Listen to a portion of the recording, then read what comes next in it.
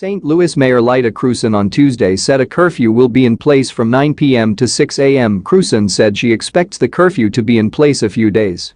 Chief Hayden said his department made 25 arrests during the violence that lasted for nearly 8 hours overnight. In all, 36 people have been arrested in 2 days. Police reported that 55 buildings had been broken into or looted during the night. The St. Louis Police Department released an initial list of buildings and businesses that were either looted or sustained property damage. The list is expected to grow throughout the day. Public Safety Director Jimmy Edwards had a warning for looters Tuesday. "To the criminals, we have your surveillance pictures, we will count every freckle on your fact to bring you to justice," Edwards said. According to officials, St. Louis city officers were responding to reports of looting near Natural Bridge and Union around 2:30 a.m. when someone inside a maroon Chevrolet Impala began firing shots at them. The suspects then sped off, leading police on a chase on Interstate 70 near Goodfellow. Officers from St. Louis County joined the chase when they drove through Jennings. 3 people exited that vehicle and fled. At least 2 of them were armed, Sergeant Ben Granda of the St. Louis Police Department said. An officer discharged his weapon in defense of himself and those with him, striking the suspect. Police said a 21-year-old was wounded and taken to a hospital for life-saving treatment. A second suspect, described as a 25-year-old man, was taken into custody, while a third fled into a wooded area, police said. 2 handguns were found nearby. A retired St. Louis City Police captain was shot and killed outside of a looted North City pawn shop overnight. Around 2:30 a.m. Tuesday, police found 77-year-old David Dorn shot dead outside of Lee's Pawn and Jewelry Store in the 4100 block of Martin Luther King Drive. St. Louis police also noted that the pawn shop had been looted. In 2008, Dorn was hired as the police chief of Moline Acres after spending 38 years with the St. Louis Police Department. 4 police officers were shot in downtown St. Louis amid ongoing violent protests Monday night, a shooting Police Chief John Hayden said was carried out by cowardly individuals.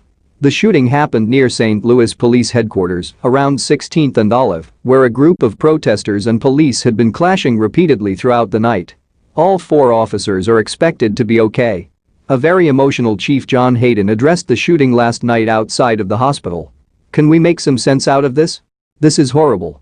Watch his remarks here. Police and protesters clashed in downtown St. Louis Monday night, throwing fireworks, breaking windows and doors, looting and, eventually, setting fire to a 7-Eleven.